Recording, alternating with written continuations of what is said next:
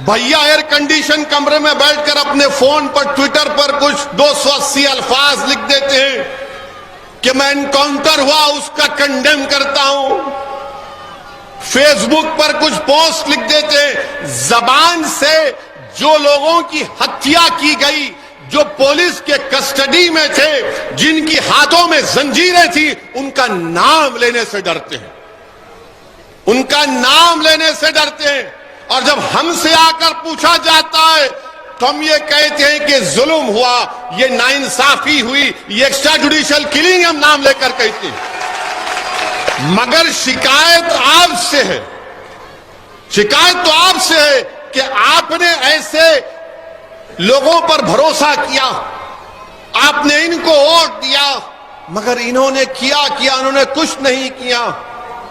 इसीलिए आपसे कह रहे हैं कि आप अपनी नेता को बनाइए, लीडरशिप को बनाइए। मैं यहां पर अपने आप के लिए नहीं आया हूं और अल्लाह मुझे जब तक भिजाएगा मैं आपके लिए आता रहूंगा। अगर यहां से शहजाद चेयरमैन बनेगा तो यह पहला पैगाम होगा कि अब आपने करवट ली है और आप में शऊर बेदार हो गया। अगर मुरादाबाद से हमारा मेयर मुंतखब होगा तो पूरे उत्तर प्रदेश में जलजला आ जाएगा। नगीना से हमारा चेयरमैन बनेगा तो तमाम ये सेकुलर पार्टियों की नींदें हराम हो जाएंगी कि आखिर हो क्या रहा है। अगर कांड से हमारा चेयरमैन बनेगा तो एक इत्तेहाद की फिजा पैदा होगी। अगर संभल से हमारा चेयरमैन बनेगा तो इनको मालूम हो जाएगा कि अब लोग इन पर यकीन नहीं करेंगे। मगर आपको एक मिसाल दे रहा हूं, समझाने के लिए एक बात कह रहा हूं कि बिहार में गो ये लोकल बॉडी का इलेक्शन है, मगर समझाने के लिए कह रहा हूं कि बिहार में सरकार है नीतीश कुमार की और तेजस्वी यादव की, जो अखिलेश यादव के रिश्तेदार भी हैं, अखिलेश यादव के रिश्तेदार भी हैं। तो वहां पर नीतीश कुमार की सरकार ने एक आनंद मोहन साहब हैं जिनको कोर्ट ने लाइफ की सजा दी कत्ल के इल्जाम में। उन्होंने एक दलित आईएएस ऑफिसर की हत्या की तो उनको कोर्ट ने लाइफ की उम्र कैद की सजा दी। तो नीतीश कुमार और तेजस्वी यादव की सरकार ने कहा कि 24 का चुनाव आ रहा है, हमको राजपूतों के वोट हासिल करना है। इसीलिए जो जेल का मैन्यूल होता है जिसमें लिखा गया कि अगर कोई गवर्नमेंट के सर्वेंट को, अगर कोई कर्मचारी को सरकार की हत्या करेगा तो उसको रिमिशन माफी नहीं मिलेगी। कानून बदल दिया, वो जेल से निकल रहे हैं, निकल गए हैं।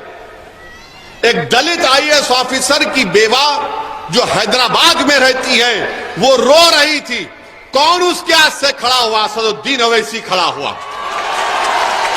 ये नहीं देखा कि वो दलित है, ये देखा कि इसके साथ नाइंसाफी हो रही है। मगर वो लोग ये नहीं देखे, तेजस्वी यादव देखे कि 24 का चुनाव आ रहा, वोट हासिल करना है।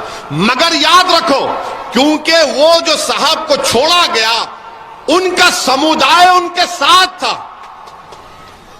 उनका पूरी बरादरी उनके साथ थी।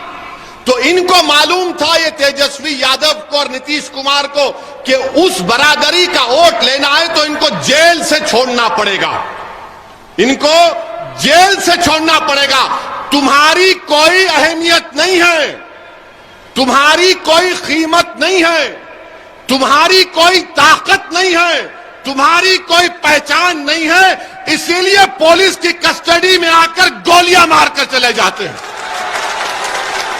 अगर तुम में ताकत होती, तुम में इत्तेहाद होता, तुम में सियासी शऊर होता, तुम इन तमाम चीजों से उठकर अपने नेता को बनाते तो कोई माइका लाल सोचता नहीं था किसी को गोली मारने से।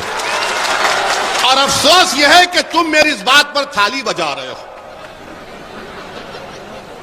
तुम थाली बजा रहे हो। देखो बेबसी, देखो आपकी, आपका थाली बजाना बेबसी है। मैं थाली बजाने के लिए नहीं कह रहा हूं। आप यहां से जब उठकर जाएंगे तो एक पैगाम और फिक्र लेकर जाएंगे कि 4 तारीख को हमको वोट देना है। किस लिए देना है? कि आपको अपनी कीमत बताना पड़ेगा, आपको आपको अपनी ताकत बताना पड़ेगा। याद रखो, लोकतंत्र में, जमहूरियत में जब तक आप अपनी अहमियत को नहीं बताएंगे, कोई आपकी इज्जत नहीं करता है।